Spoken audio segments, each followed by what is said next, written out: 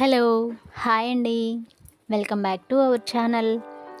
ఈరోజు మన డైరీలో రెసిపీ ఏంటంటే, జనరల్గా మనం సీజనల్గా దొరికే వాటితో నిల్వ పచ్చళ్ళు పట్టుకుంటూ ఉంటాం కదా. కానీ సంవత్సరం పొడవునా దొరికే వెల్లుల్లిపాయతో నిల్వ పచ్చడి ఎలా తయారు చేసుకోవాలనేది చూపించబోతున్నాను. ఈ పచ్చడి కూడా మనం సీజనల్గా దొరికే పచ్చళ్ళు అయితే ఏ విధంగా సంవత్సరం పాటు నిల్వ ఉంటాయో, ఇది కూడా అదే విధంగా నిల్వ ఉంటుందండి. వేడి వేడి అన్నంలో ఈ పచ్చడి వేసుకొని కొంచెం నెయ్యి వేసుకొని తింటే చాలా టేస్టీగా బాగుంటుందండి. మీరు కూడా తప్పకుండా ట్రై చేయండి. ముందుగా ప్రాసెస్ చూద్దాము. స్టవ్ మీద ఒక ప్యాన్ పెట్టుకొని అందులోకి 2 టేబుల్ స్పూన్స్ వరకు ఆవాలు వేసుకోండి. ఆవాలు ఒక 1 మినిట్ పాటు ఫ్రై అయిన తర్వాత 1 టేబుల్ స్పూన్ మెంతులు యాడ్ చేసుకొని వీటిని కూడా దోరగా ఫ్రై చేసుకోండి, లో ఫ్లేమ్లో పెట్టుకొని. వన్స్ ఈ విధంగా ఫ్రై అయిన తర్వాత వీటిని ఒక బౌల్లోకి తీసుకొని పక్కన పెట్టుకోండి. ఇప్పుడు సేమ్ ప్యాన్ స్టవ్ మీద పెట్టుకొని అందులోకి డీప్ ఫ్రైకి సరిపడా వేరుశనగ నూనె వేసుకోండి. వేరుశనగ నూనెతో అయితే పచ్చడి ఎక్కువ రోజులు నిల్వ ఉంటుంది. తర్వాత ఆయిల్ ఎక్కువ హీట్గా ఉండకూడదండి, జస్ట్ గోరువెచ్చగా ఉంటే చాలు. అప్పుడు వెల్లుల్లిపాయల్ని పాయతో పాటుగా ఇందులో వేసి లో ఫ్లేమ్లో పెట్టుకొని ఫ్రై చేయండి. వెల్లుల్లిపాయని మనం పాయతో పాటుగా వేసినాం కాబట్టి పేలే అవకాశం ఉంటుంది. సో మూత పెట్టుకొని 1 మినిట్కి ఒకసారి చెక్ చేస్తూ ఈ విధంగా బ్రౌన్ కలర్ వచ్చేంత వరకు ఫ్రై చేసుకోండి. తర్వాత వీటిని ఒక ప్లేట్లోకి తీసుకొని పక్కన పెట్టుకోండి. తర్వాత మనం ముందుగా ఫ్రై చేసుకున్న ఆవాలు మెంతులు చల్లారిపోయాయి. వీటిని మిక్సీ జార్లో వేసుకొని ఈ విధంగా ఫోర్స్గా బ్లెండ్ చేసుకోండి. బ్లెండ్ చేసుకొని పక్కన పెట్టుకోండి. తర్వాత ఈ వెల్లుల్లిపాయ అయితే కంప్లీట్గా చల్లారిపోయిందండి. చల్లారిపోయిన తర్వాత వీటిని ఒక్కొక్కటిగా తీసుకొని వీటి రెమ్మల్ని సపరేట్ చేయండి. పొట్టు అనేది చాలా ఈజీగా వచ్చేస్తుందండి.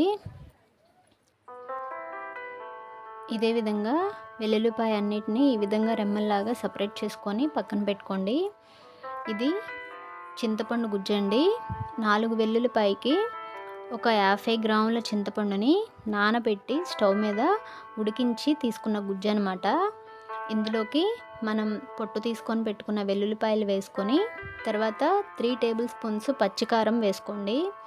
వేసుకున్న తర్వాత టేస్ట్కి సరిపడా సాల్ట్, అంటే 4 టేబుల్ స్పూన్స్ పట్టిందండి నాకు.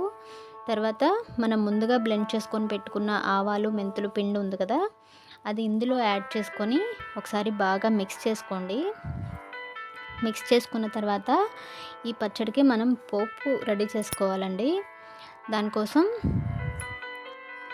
ఇందాక మనం వెల్లుల్లిపాయలు ఫ్రై చేసుకోగా ఆయిల్ మిగిలిపోయింది కదండి, ఆ నూనెతో తాలింపు పెట్టుకోవచ్చు. ఇప్పుడు ఆయిల్ హీట్ అయిన తర్వాత అందులోకి 5-6 ఎండుమిర్చిని ఈ విధంగా మధ్యలోకి కట్ చేసుకొని వేసుకోండి. ఇవి ఒక 1 మినిట్ పాటు ఫ్రై అయిన తర్వాత ఇందులోకి పోపు దినుసులు వేసుకోండి. సాయిపప్పు, అలాగే శనగపప్పు అండ్ ఆవాలు వేసుకొని ఒకసారి ఫ్రై చేయండి. ఇవి కూడా ఫ్రై అయిన తర్వాత ఒక టేబుల్ స్పూన్ జీలకర్ర వేసుకోండి. జీలకర్ర కూడా ఫ్రై అయిన తర్వాత కరివేపాకు వేసుకొని ఇందులోకి 1/2 టేబుల్ స్పూన్ పసుపుని యాడ్ చేసుకోండి. పసుపు వేసుకున్న తర్వాత ఇంగువ ఫ్లేవర్ నచ్చుతుంది అనుకుంటే ఒక 1/2 టేబుల్ స్పూన్ ఇంగువ వేసుకోండి, చాలా టేస్టీగా ఉంటుంది. లేదంటే స్కిప్ చేయండి. ఇప్పుడు ఈ పోపుని పచ్చట్లో వేసుకొని కలుపుకోవడమేనండి. అంతేనండి, మన వెల్లుల్లి నిల్వ పచ్చడి తయారైపోయింది. చాలా చాలా టేస్టీగా ఉంటుంది. మీరు కూడా తప్పకుండా ట్రై చేయండి. ఈ విధంగా రెడీ చేసుకొని పెట్టుకున్న పచ్చడి 6 మంత్స్ వరకు పాడవకుండా ఉంటుందండి. మీరు కూడా తప్పకుండా ట్రై చేసి మీకు ఎలా వచ్చిందనేది నాకు కామెంట్ సెక్షన్లో చెప్పండి. ఈ వీడియో కనుక మీకు నచ్చినట్లయితే వీడియోస్ని లైక్ చేయండి, అలాగే మీ ఫ్రెండ్స్కి రిలేటివ్స్కి షేర్ చేయండి. మరిన్ని క్విక్ రెసిపీస్ కోసం మన ఛానల్ని సబ్స్క్రైబ్ చేసి బెల్ ట్యాప్ చేసి ఆల్ అన్ ఆప్షన్ క్లిక్ చేస్తే నా కొత్త వీడియో నోటిఫికేషన్ వచ్చేస్తుంది.